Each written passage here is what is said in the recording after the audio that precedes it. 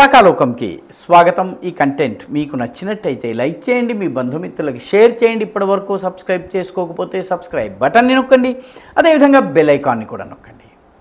మిత్రులారా, అదేం చిత్రమో కానీ భారతదేశం చుట్టూ ఉండే దేశాల్లో ఆ దేశం యొక్క దైనందిన వ్యవహారాల్లో, పరిపాలనలో, అడ్మినిస్ట్రేషన్లో, నిర్ణయాలు తీసుకోవడంలో సైన్యం పాత్ర చాలా కీలకమవుతోంది.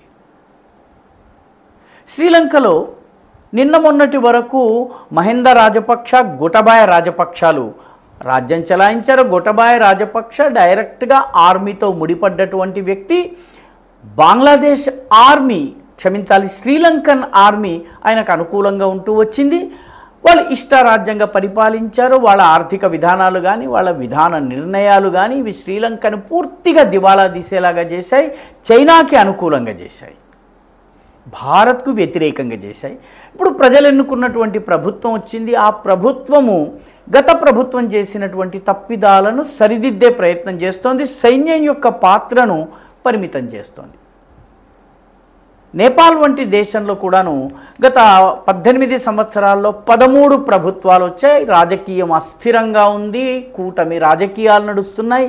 ఏ ఒక్క పార్టీ పూర్తి మెజారిటీని సాధించలేకపోతోంది. అంతర్గత కుమ్ములాటలు అన్ని పార్టీలో ఉన్నాయి.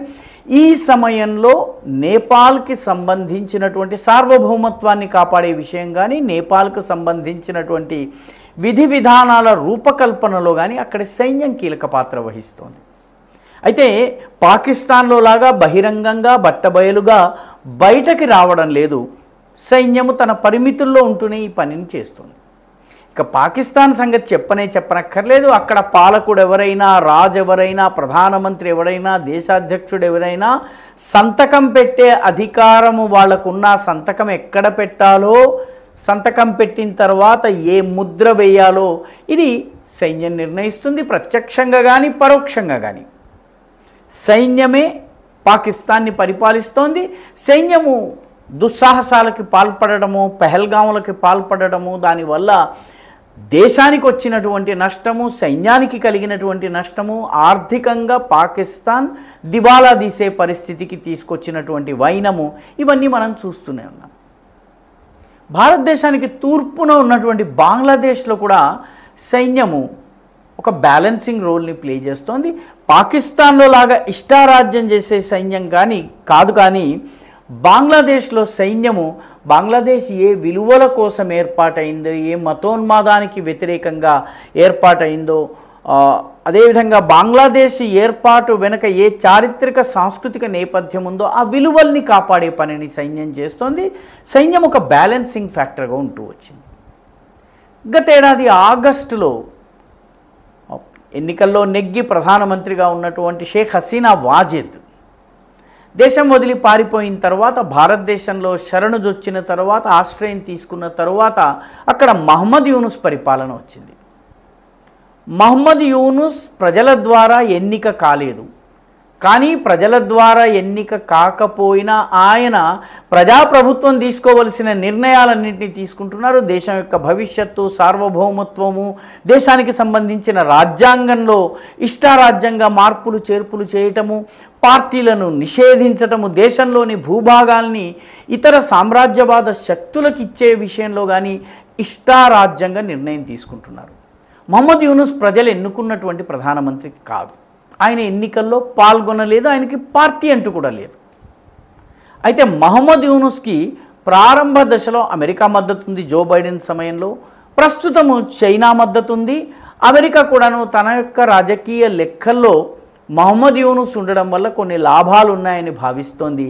వీటన్నిటికీ మించి అతనికి ఉన్నటువంటి ప్లస్ పాయింట్ ఏంటంటే, అతనికి వీధుల్లో ఆకురౌడీల్లాగా వచ్చి దౌర్జన్యం చేసి మొత్తము బంగ్లాదేశ్ని మోకాళ్ల మీద కూర్చోబెట్టగలిగేంత అల్లరి మూకలు, మతోన్మాద అల్లరి మూకలు ఆయనకి మద్దతుగా ఉన్నాయి. ఆయనను ముందు పెట్టి ఇష్టారాజ్యం చేస్తున్నాయి.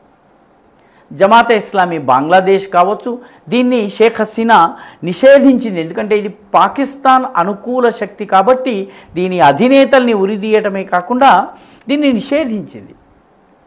దానిపైన నిషేధాన్ని ఇప్పుడు యూనుస్ ఎత్తివేశారు. అదేవిధంగా హిఫాజతే ఇస్లామీ, అన్సరుల్ బాంగ్లా వంటి అతివాద సంస్థలకు ఇష్టారాజ్యం నడుస్తుంది. అన్సరుల్ బాంగ్లా ఉగ్రవాద సంస్థ, దాని నాయకులను యూనుస్ విడుదల చేయించారు.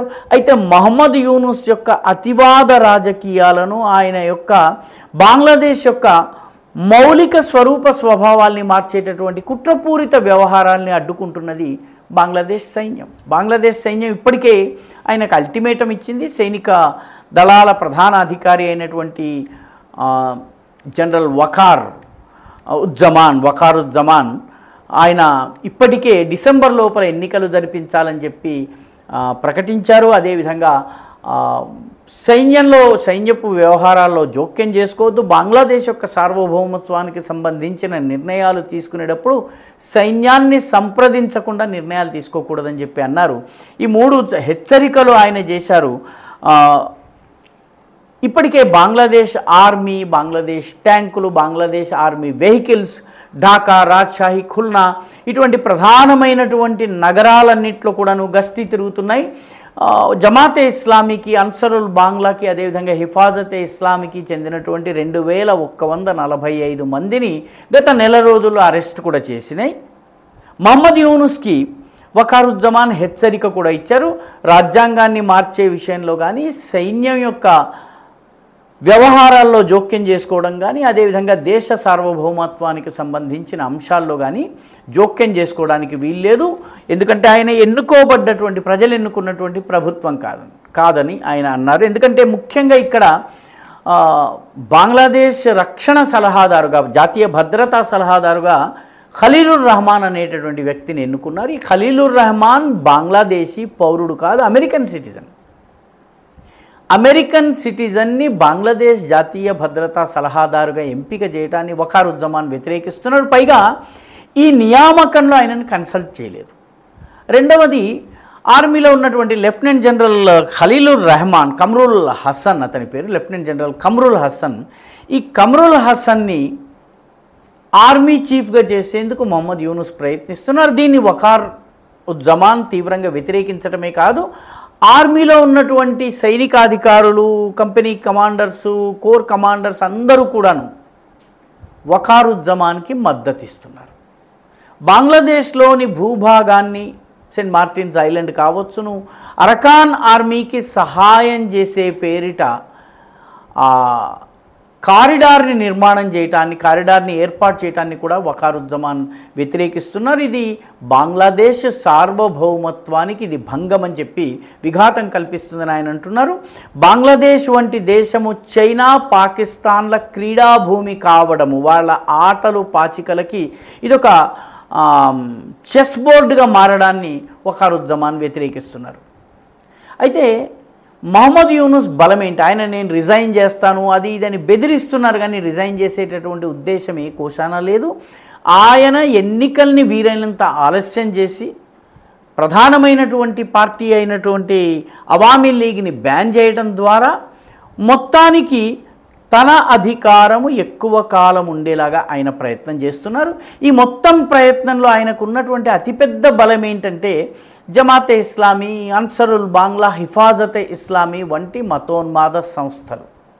ముఖ్యంగా విద్యార్థి నాయకులుగా పేరు పొందినటువంటి మహఫూజ్ ఆలం కావచ్చును, ఆసిఫ్ మొహమ్మద్ కావచ్చును, నాహిద్ ఇస్లాం కావచ్చును, అదేవిధంగా ఆసిఫ్ మొహమ్మద్ షోయబ్ భూయా కావచ్చును, వీళ్ళందరూ కూడాను వీళ్ళు వీధి రౌడీల్లాగా రోడ్ల మీదకి వచ్చి అల్లరి చేసి ప్రజాజీవనాన్ని స్తంభింపజేసి భయోత్పాతాలు సృష్టించే శక్తిని కలిగి ఉన్నటువంటి మూకలివి. ఈ మూకల నాయకులను తన చేతుల్లో పెట్టుకుని మహమ్మద్ యూనుస్ ప్రస్తుతం ప్రయత్నం చేస్తున్నారు. ప్రస్తుతం ఢాకాలో చాలా అనిశ్చిత పరిస్థితి ఉంది. రానున్నటువంటి వారం 10 రోజుల్లో ఏదైనా కావచ్చును. సైన్యము అధికారాన్ని తన చేతుల్లోకి తీసుకుని మహమ్మద్ యూనుస్ని దేశం నుంచి వెళ్ళిపోయేలాగా, లేకపోతే పదవీచ్యుతుడు చేసి డిసెంబర్ లోపల ఎన్నికల్ని జరిగేలా చేయవచ్చును. ఇప్పటికే బంగ్లాదేశ్ నేషనలిస్ట్ పార్టీ ప్రధాన విపక్షం కూడా ఎన్నికల్ని జరిపించాలని డిమాండ్ చేస్తోంది. అవామీ లీగ్ కూడాను దాన్ని బ్యాన్ చేసినప్పటికీ దాని యొక్క ఆర్గనైజేషనల్ ఇన్ఫ్రాస్ట్రక్చర్ ఎక్కడ పోలేదు కాబట్టి వేరే పేరుతో అది ఎన్నికల్లో వచ్చేటటువంటి అవకాశం ఉంది. కాబట్టి రాబోయే 10-15 రోజులు బంగ్లాదేశ్ యొక్క భవిష్యత్తును నిర్ధారించేటటువంటి రోజులు. బంగ్లా సైన్యానికి యూనుస్కి మధ్య ఉన్నటువంటి ఆధిపత్య పోరు ఆ దేశాన్ని ఏ వైపు తీసుకెళ్తుంది? మహమ్మద్ యూనుస్ కోరుకున్నట్టుగా అమెరికా జేబులోకో లేకపోతే చైనా గుప్పిట్లోకో దేశం వెళ్ళిపోతుందా, లేకపోతే జనరల్ వకారుజ్జమాన్ కోరుతున్నట్టుగా భారతదేశంతో సత్సంబంధాలు నెలకొల్పుకుంటూ బంగ్లాదేశ్ సార్వభౌమత్వాన్ని కాపాడుకుంటూ బంగ్లాదేశ్ని విదేశీ శక్తుల క్రీడాభూమిగా మారకుండా చూడటం జరుగుతుందా? ఈ రెండిట్లో ఎవరు గెలుస్తారన్నది రానున్నటువంటి వారం 10 రోజుల్లో తేలిపోతుంది. ఈ వీడియో మీకు నచ్చినట్టయితే లైక్ చేయండి, షేర్ చేయండి, ఈ ఛానల్కు సబ్స్క్రైబ్ చేయండి, మీ అభిప్రాయాన్ని కమెంట్ల రూపంలో తప్పనిసరిగా పంపించండి.